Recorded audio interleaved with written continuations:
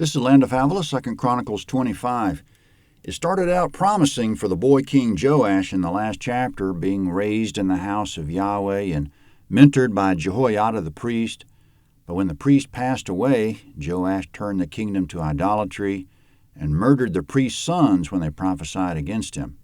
Sure enough, according to the prophecy that Yahweh wouldn't allow Judah to prosper that way, Yahweh brought in Syrian raiders who stripped Judah of just about everything. In the dissatisfaction that arose in the aftermath, 2 of Joash's citizens assassinated him. He was 47, and his 25-year-old son Amaziah reigned in his place. So we've transitioned from Joash to Amaziah. Now verse 1. Amaziah was 25 years old when he began to reign, and he reigned 29 years in Jerusalem. His mother's name was Jehoaddin of Jerusalem. He did that which was right in Yahweh's eyes, but not with a perfect heart. Comment, we get Amaziah's epitaph in the beginning that he did that which was right, but not with a perfect heart. As for the details, verse 3, Now when the kingdom was established to him, he killed his servants who had killed his father the king. Comment, he executed his father's assassins. The assassins were the king's servants, meaning they were Judeans, not foreigners. Verse 4. But he didn't put their children to death, but did according to that which is written in the law in the book of Moses, as Yahweh commanded, saying, The fathers shall not die for the children, neither shall the children die for the fathers, but every man shall die for his own sin. Comment, that was from the law of Deuteronomy 24:16, quote, The father shall not be put to death for the children, neither shall the children be put to death for the fathers. Every man shall be put to death for his own sin, end quote. It was to Amaziah's credit that he paid attention to the law of Moses in that case, and he gets extra credit for doing it in the environment he's in, that in terms of the law of Moses, Judah has been lawless lately. Surely he had advisors telling him it would be safer to kill the assassins' families. Otherwise, the sons of the assassins might grow up planning revenge, but to worry about that would be a lack of faith in Yahweh. Coming up, Amaziah is planning war against Edom. Therefore, he'll count his able-bodied, military-aged males. Verse 5. Moreover, Amaziah gathered Judah together and ordered them according to their fathers' houses, under captains of thousands and captains of hundreds, even all Judah and Benjamin.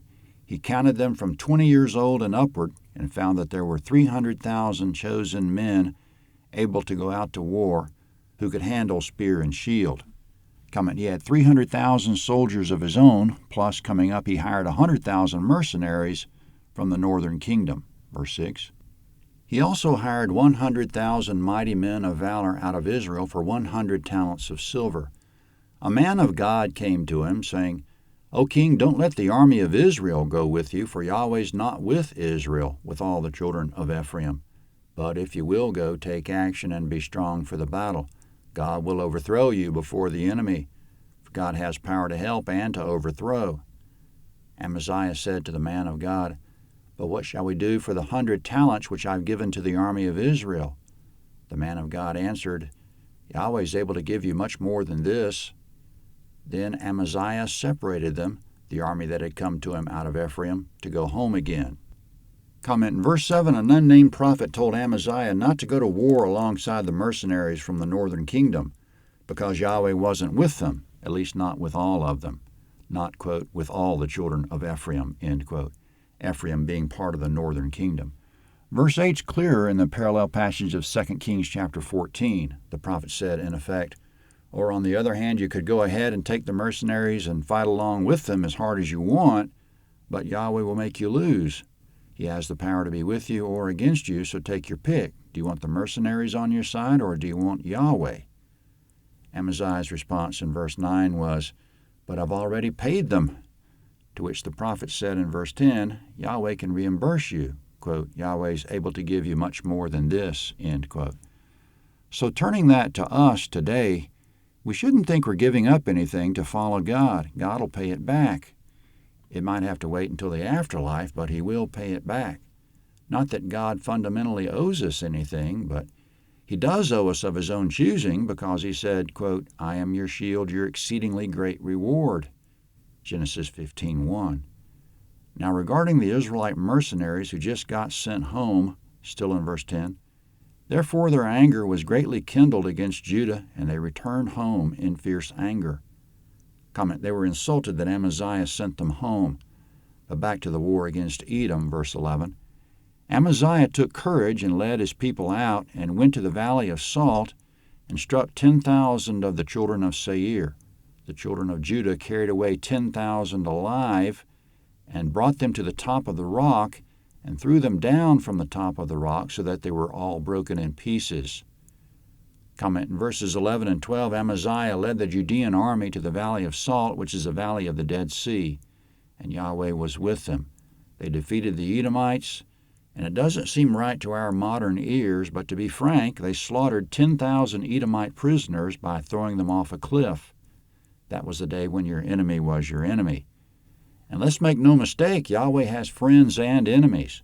He promises violence to his enemies, clear through to Revelation, quote, "But for the cowardly, unbelieving, sinners, abominable, murderers, sexually immoral, sorcerers, idolaters, and all liars, their part is in the lake that burns with fire and sulfur, which is the second death."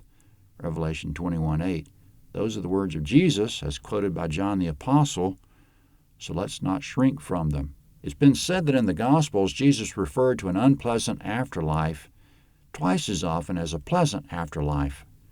Your narrator hasn't taken a tally of it himself, but it sounds pretty accurate. Now back to the mercenaries from Israel as they made their way north going home, verse 13. But the men of the army whom Amaziah sent back, that they should not go with him to battle, fell on the cities of Judah, from Samaria even to Beth-horon, and struck of them 3,000, and took much plunder. Comment, they raided the northern end of Judah on their way home, plundering and killing 3,000. Coming up, Amaziah's first big misstep, verse 14.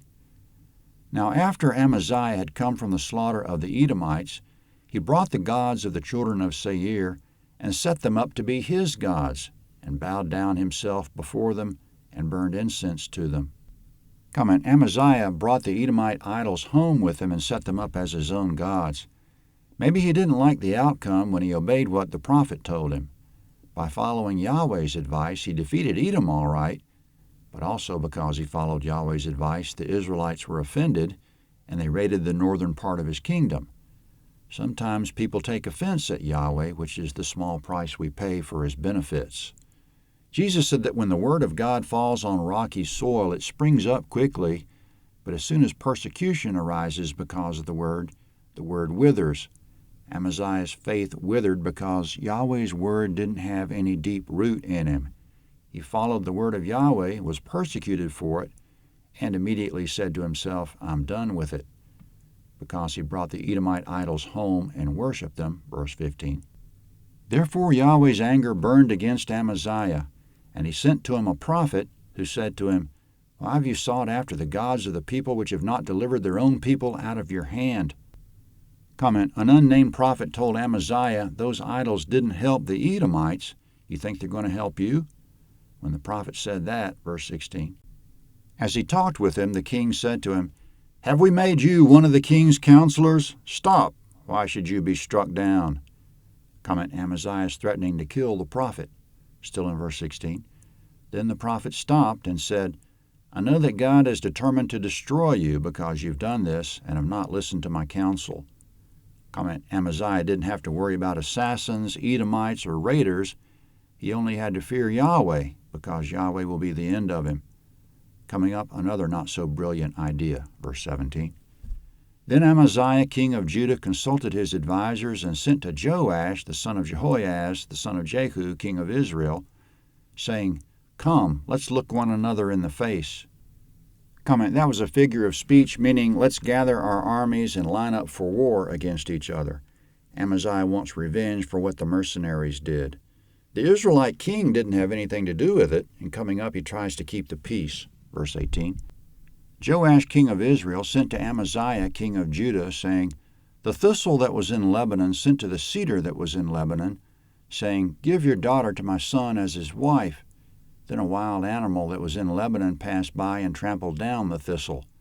You say to yourself that you've struck Edom, and your heart lifts you up to boast. Now stay home. Why should you meddle with trouble, that you should fall, even you and Judah with you?" Comment, in other words, you defeated Edom, and it went to your head. If you challenge me, I'll kick your tail. Verse 20. But Amaziah would not listen, for it was of God that he might deliver them into the hand of their enemies, because they had sought after the gods of Edom. So Joash king of Israel went up, and he and Amaziah king of Judah looked one another in the face at Beth-shemesh, which belongs to Judah. Comment, they lined up for battle at Beth-shemesh, which is in Judah, about 15 miles west of Jerusalem. Verse 22. Judah was defeated by Israel, and they every man fled to his tent. Comment, coming up, the king of Israel has captured Amaziah, and with all the Judean army having run home, the king of Israel will drag Amaziah back to Jerusalem where he belongs and raid him in the process. Verse 23.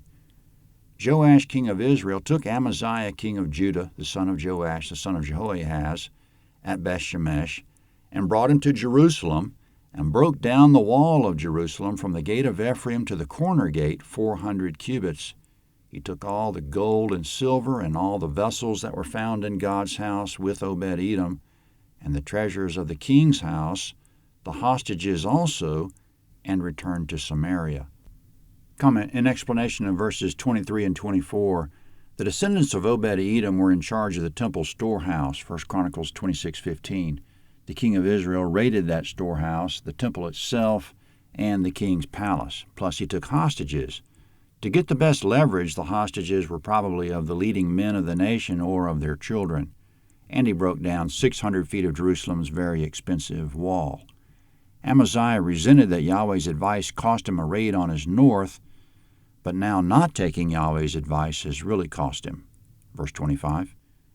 Amaziah, the son of Joash, king of Judah, lived for 15 years after the death of Joash, the son of Jehoahaz, king of Israel.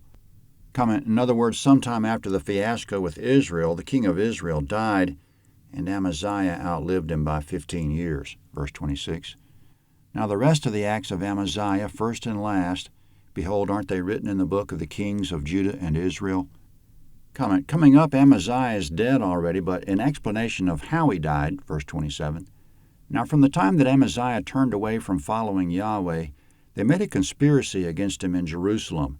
He fled to Lachish, but they sent after him to Lachish and killed him there. They brought him on horses and buried him with his fathers in the city of Judah. Comment, in verse 27, the conspiracy against Amaziah had been brewing for a long time, from the time he came home from Edom with the idols, which was exactly when Yahweh said he would destroy him. Amaziah got wind of the conspiracy and fled Jerusalem. He must have lost trust in his military there and his guard, but the conspirators caught up with him 27 miles southwest of Jerusalem at Lachish and killed him. 2 Chronicles 26 is next.